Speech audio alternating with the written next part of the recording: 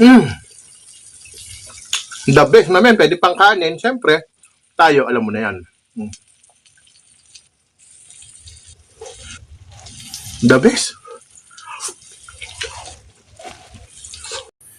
Mamen, gusto mong sisig pero high blood ka, tara, tira tayo. Meron ako ditong fillet na manok, mamen. Hindi to breast, pero pwede rin breast. Thigh part to. Kung paano mag-fillet, sa susunod na video, pakita ko.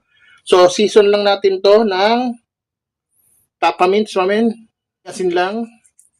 Itong oyster sauce. At may panimpla pa tayo mamaya. O, isang kutsaring cornstarch.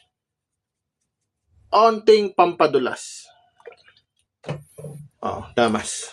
Mamen, tirahin na natin. Baka tirahin pa ng iba. Mamen, kung gusto mo nga ng masarap na pulutan o masarap na ulam, wag ka nga alis dyan. Eto na yon. At hindi lang yon, healthy pa, mamen, kasi gagawa tayo ng chicken sisig, mamen. At nagsimula yan sa pagtusta, mamen, ng chicken thighs na kaninang dilagyan natin ng mga pambabad, mamen, o pampalasa. Gagawin natin dyan, mamen, medyo tutustay natin. Ayan, sino-shortcut ko na nga. At nilagyan ko na rin ng onting sibuyas na puti, pwede rin pula. At mga ilang patak ng liquid seasoning, mamen. Yan ang wag mawala, liquid seasoning. At antayin mo lang mamula na ganyan. Ayan, may mga dumikit sa kawali mo. Scrape mo yan kasi nandyan ang lasa. At naglagay na rin ako ng onting sili lang kasi kakain yung mga anak ko, mamen. At yan, goods na yan, mamen. Pinatay ko na yung apoy at nilagyan ko ng mayonnaise. Siyempre, nire-ready ko na rin yung ating sizzling plate para mas nakagana tignan. Nilagyan ko lang siya ng margarine, mamen.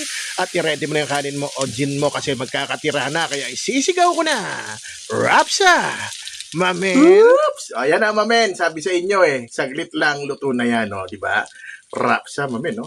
Inontihan ko lang silay kasi kakain yung anak ko. The perfect bite, ika nga ni Ninong.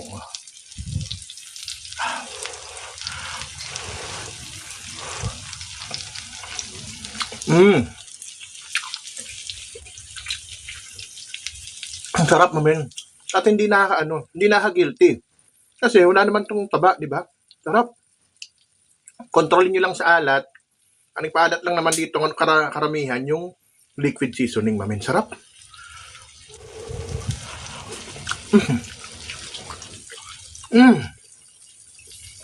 The best, mamen. Pwede pang kanin. Siyempre, tayo, alam mo na yan.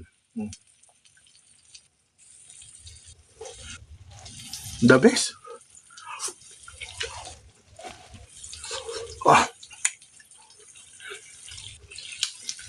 Try nyo. Ang dali lang, ang bilis, at rapsa, mamen. Up here.